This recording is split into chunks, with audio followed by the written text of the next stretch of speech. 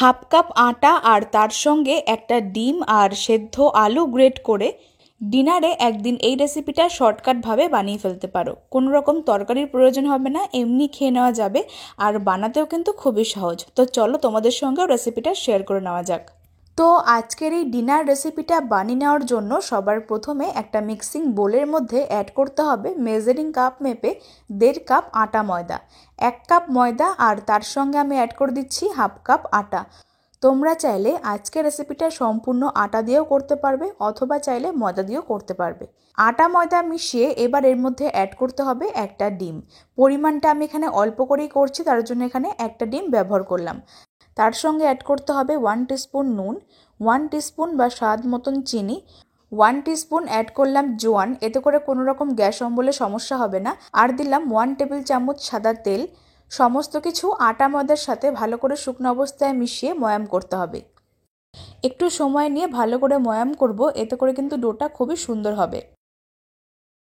ময়াম করতে করতে তোমরা আমাকে কমেন্টে জানিয়ে নাও যে আজকের রেসিপিটা কে কোন জায়গা থেকে দেখছো, তাহলে আমি তোমাদের প্রত্যেকের কমেন্টে ধন্যবাদ জানাতে পারবো।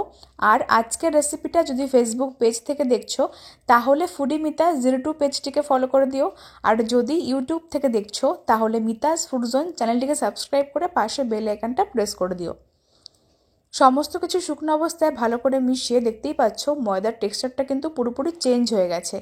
এবার এর মধ্যে খুবই অল্প অল্প পরিমাণে জলটাকে অ্যাড করে একটা নর্মাল শক্ত করে ডো মেখে নিতে হবে।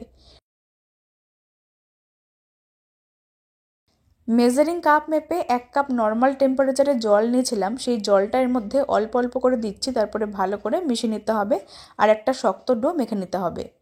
আজকের রেসিপিটা ডিনারে অথবা সকালে ব্রেকফাস্টের জন্য অবশ্যই একদিন বাড়িতে বানিয়ে খেতে পারো। তৈরি করা খুবই সহজ, খেতেও খুবই মজার হয়। তারপরে ডোটাকে ঢাকা দিয়ে রেস্টে রাখতে হবে 10 মিনিট, এতে করে কিন্তু ডোটা সফট হয়ে যাবে।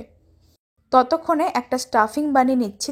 তার জন্য এখানে একটা পাত্রে 2টো সেদ্ধ আলু নিয়েছি, তোমরা পরিমাণটা চাইলে কম বেশি করতে পারো।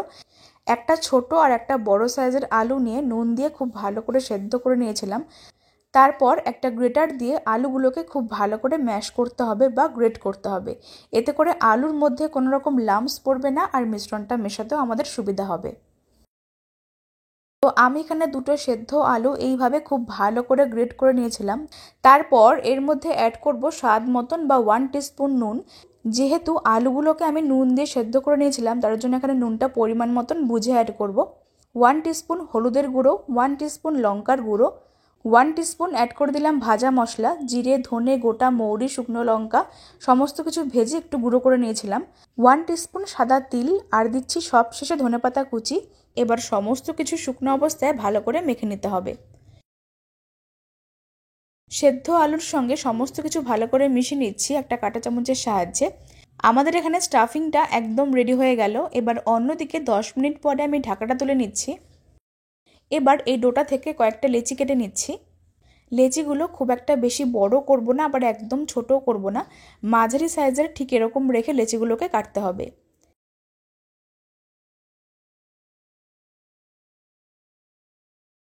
মাঝারি সাইজ করে কয়েকটা লেচি কেটে নেওয়ার পরে এবার অন্যদিকে একটা লেচি নিয়ে শুকনো ময়দা ছড়িয়ে খুব ভালো করে প্রথমে বেলতে হবে।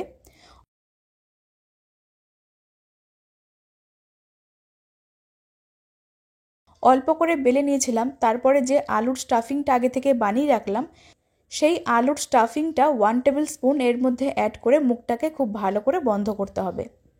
কাজটা আমি এখানে কিভাবে করলাম সেটা আশা করি তোমরা ভিডিওতে লক্ষ্য করলেই বুঝতে পারবে। এইভাবে করে মুখটাকে খুব ভালো করে বন্ধ করতে হবে যেন ভেতরের পুরটা বাইরে বেরিয়ে আসতে না পারে। এইভাবে ভালো করে হাত দিয়ে চেপে চেপে একটু ছড়িয়ে দিতে হবে বা একটু বড় করতে হবে। তোমরা চাইলে এই কাজটা এভাবে হাত দিয়েও করতে পারো অথবা রোলিং পিনটা দিয়ে আলতো করে বেলেও করতে পারো। আর দেখতেই পাচ্ছ কত সহজে কিন্তু একটা আলু কচুরি একদম রেডি হয়ে গেল। সবগুলো আলু কচুরি একই রকম করে বানিয়ে নিয়েছিলাম। তারপর এগুলোকে ভেজে নেওয়ার জন্য গ্যাসের ওপরে একটা কড়াইতে বেশ খানিকটা পরিমাণে তেল গরম করতে বসিয়ে দিয়েছি। তেলটা মিডিয়াম ফ্লেমে রেখে একটু হালকা গরম করতে হবে, খুব একটা বেশি হাই হিটে গরম করব না। তেলটা মিডিয়াম ফ্লেমে রেখে হালকা গরম করতে হবে। তারপর এর মধ্যে একটা আলু কচুরি দিয়ে খুব ভালো করে উল্টে পাল্টে ভেজে নিতে হবে। ফ্লেমটাকে অবশ্যই এই সময় মিডিয়ামে রাখতে হবে, তা না হলে কিন্তু ভেতর পর্যন্ত প্রপার ভাজা হবে না আর খেতেও ভালো হবে না। বাড়িতে কোনো অতিথি আসলে অথবা সকালে জলখাবারের জন্য বা রাতের ডিনারে একঘেয়ে রুটি পরোটা খেতে না ইচ্ছা করলে আজকের রেসিপিটা একদিন বাড়িতে বানিয়ে নাও। খেতে কিন্তু একদমই অন্যরকম হয়, আর এটা তোমরা এমনি খেতে পারো, কোনো রকম সাইড ডিশের প্রয়োজন হবে না। দেখতেই পাচ্ছ একটা আলু কচুরি কত সুন্দর কিন্তু ভেজে নেওয়া হয়ে গেছে। আর ফ্লেমটাকে মিডিয়ামে রেখে একটু সময় নিয়ে খুব ভালো করে ভাজবে, তাহলে কিন্তু এরকম ফুলে উঠবে, খেতেও সুন্দর লাগবে। একই রকম করে আমি আরও একটা কচুরি ভেজে নিচ্ছি। ফ্লেমটাকে মিডিয়াম টু লোতে রেখে উল্টে পাল্টে ভাজতে হবে, আর এরকম করে একটু তেলটা ছড়িয়ে দিলে খুব সহজে ফুলে উঠবে। আশা করছি আমার আজকের রেসিপিটা তোমরা অবশ্যই একদিন খুব সহজে বাড়িতে বানিয়ে ফেলতে পারবে, আর বাড়িতে বানিয়ে খেয়ে তোমাদের কেমন লাগলো সেটা আমাকে অবশ্যই কমেন্টে জানাতে পারো। সবগুলো আলু কচুরি একই রকম করে ভেজে নিয়ে আমি এখানে একটা প্লেটের মধ্যে সার্ভ করে নিয়েছিলাম। আশা করি এগুলো দেখতে কতটা সুন্দর লাগছে তোমরা দেখে নিশ্চয়ই বুঝতে পারছো। তোমরা একই রকম পদ্ধতিতে ভেতরে অন্য যে কোনো স্টাফিং দিয়ে রেসিপিটা বানিয়ে ফেলতে পারো। তো বন্ধুরা, আমার আজকের রেসিপিটা তোমাদের কাছে ভালো লেগে থাকলে লাইক, কমেন্ট আর শেয়ার করতে ভুলো না। রেসিপিটা ফেসবুক পেজ থেকে দেখলে পেজটিকে ফলো করে দিও, আর যদি ইউটিউব থেকে দেখছো তাহলে মিতাস ফুড জোন চ্যানেলটিকে সাবস্ক্রাইব করে পাশে বেল আইকনটা প্রেস করে দিও।